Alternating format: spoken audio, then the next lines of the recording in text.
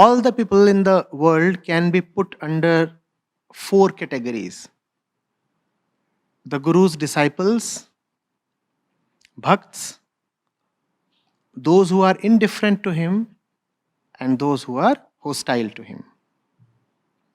All these will be benefited by the existence of the Jnani, each in his own way and to various degrees. So what are the 4 categories listed? Disciples, devotees, the indifferent ones, and the hostile ones. And Raman Maharishi says all these 4 categories will be benefited by the existence of the Jnanis, but in different ways and to different degrees. So what's the question?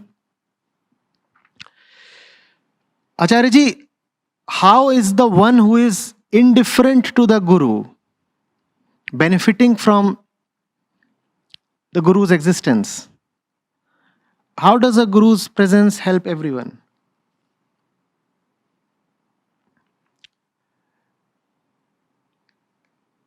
If you are indifferent to the Guru, and the Guru here obviously stands not for a person, but for the truth itself. Truth having taken a form, formed truth. Truth having taken a person, embodied truth. So if you are indifferent to the Guru, surely it is for a reason. You are not the one who has transcended all reasons. You belong to the second lowest category of people. You are not the transcendental one, or are you? There are the disciples, then there are the devotees, then there are the indifferent ones, and then there are the hostile ones. You are the indifferent one. If you are indifferent, surely there is a reason. What is the reason? No. If you had really felt anything for the Guru, then you would be in the 4th category. If you were the one who would have really felt the need to avoid the Guru, then you would have been in the 4th category. Avoidance is passive hatred. You can't actively hate, so all you do is avoid. Indifference is different. Indifference means the Guru does not even exist on your radar. You just pass him by. You don't even notice him. Now, why don't you notice him? What is the reason?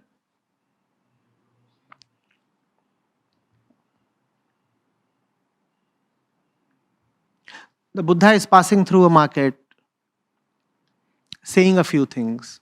And then there are those who are not even looking at him. Why? Correct.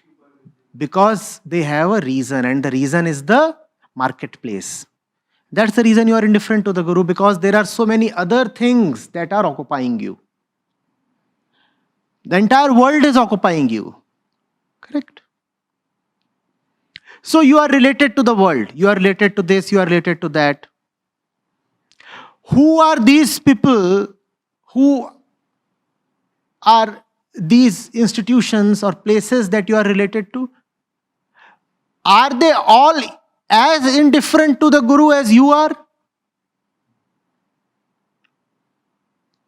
So let's say you are indifferent to the Guru because you have 10 other people to occupy you, correct? Now, are all these 10 people as indifferent to that Guru as you are? The probability is thin. Okay. Even if it so happens that all these 10 are very indifferent to the Guru, even each of these 10 will be related to another set of 10 people. Would those 10 into 10, which is 100 people, be all indifferent to the Guru? No. Even if those 100 people are all indifferent to the Guru, what you have now is a wider circle of thousands of people. Would all of them be indifferent to the Guru? No. So even if you are indifferent to the Guru, You will not be indifferent to someone who is not indifferent to the Guru. Okay. You are indifferent to the Guru. But let's say you have a friend circle. For how long your friend circle will remain indifferent to the Guru? Sooner than later you will find that one of your friends, who was your reason to avoid the Guru, is now becoming your reason to hate the Guru. Okay, let me give an extreme example. There is this woman you are with. And she is all over you. She is totally occupying your eyes, your mind, your entire body, your entire system. So you have no space for the Guru. You are totally full of this one person, the lady. What if you discover one day that your sweetheart is talking of the Guru? You cannot remain indifferent, because the Guru is operating in the same space as the one inhabited by you. Sooner or later, he will catch up with you. For how long can you stay indifferent? From the Guru, waves of influence spread outwards into the entire world. How long can you pretend to not see him, not be impacted by him? The entire ecosystem in which you live will get impacted by the very existence of the Guru. How will you insulate yourself? How will you manage to remain untouched?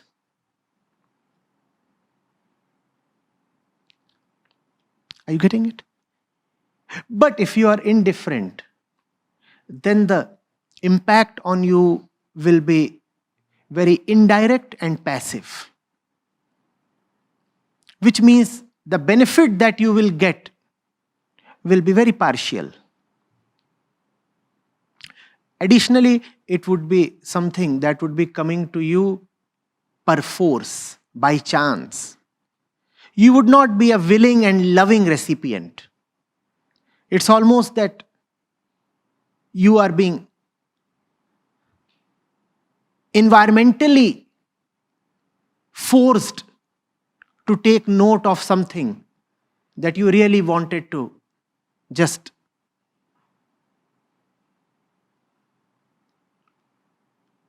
not bother about at all. That's how the indifferent one gets impacted by the presence of the Guru. Something more important needs to be discussed. This hierarchy that you have mentioned here places the hostile one at the bottom of the heap. It says at the highest level are the active disciples who actually spend life and time with the Guru. Then just below them are the devotees who are devoted to the Guru but do not actively spend time with him. And then come the indifferent ones, and then come the hostile ones. The pecking order has to be slightly different towards the bottom.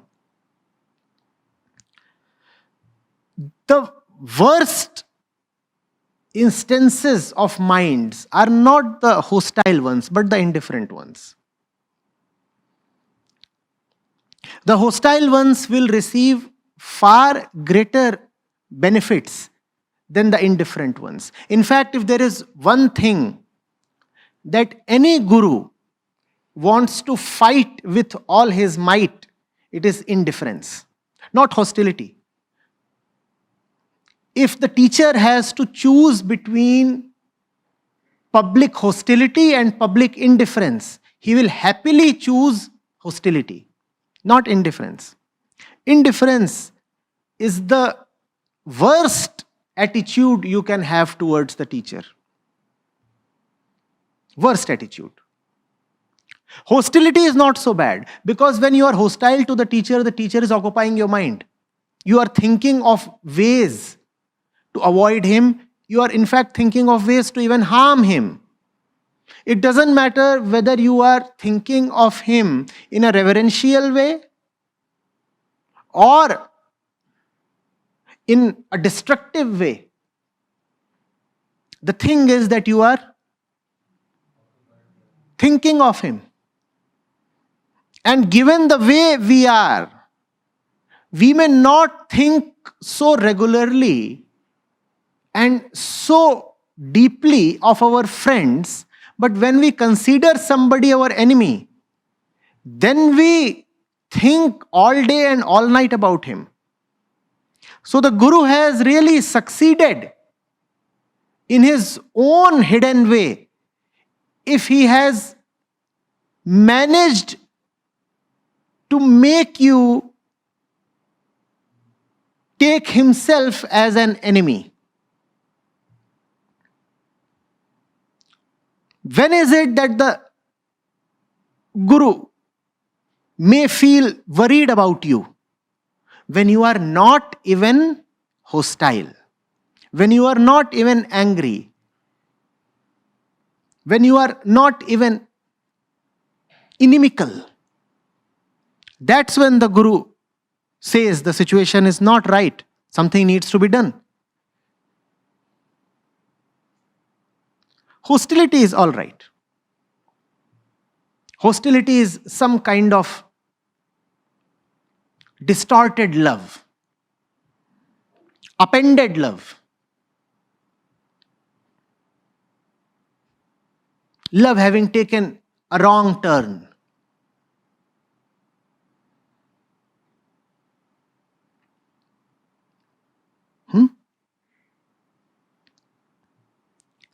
That is why you will find that so many teachers have had so many detractors and enemies. It was important.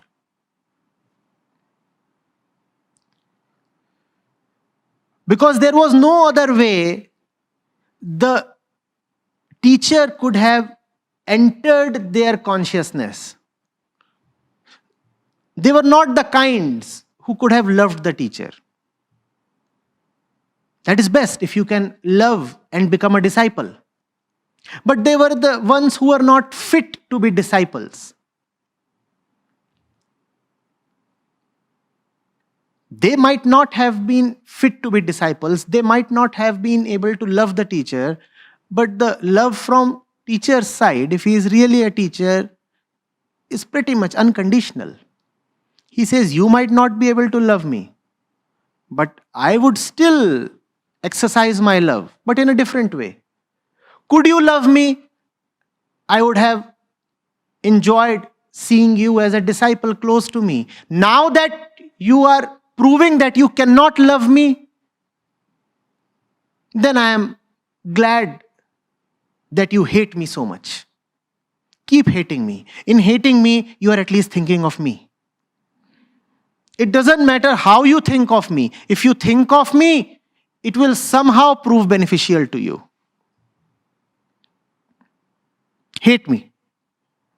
What the teacher cannot stand is indifference.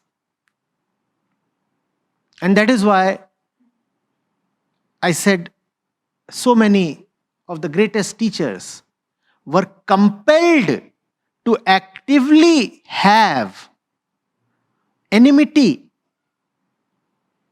raised against them. It was not really a preferred method. It was a compulsion of the times. The people were such that they could not love. So the teacher said, all right, if you cannot love, at least hate. Let me do a few things that would make you hate me.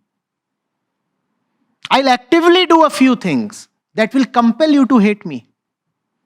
And it's not easy. It's not easy.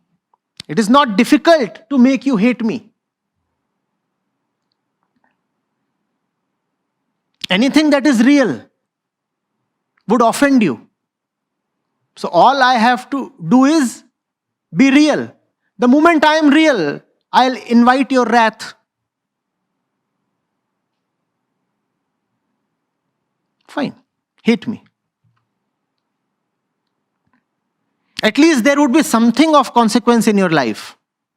Otherwise, your life is all full of trivia and nonsense and all trite affairs. Hating me, at least you will be able to say that you have some association with somebody worthwhile, even if that association is of hatred.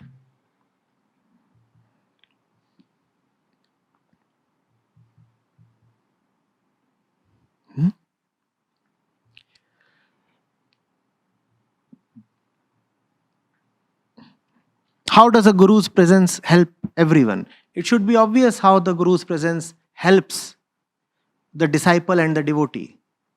About the other two categories, we have talked in detail. Right?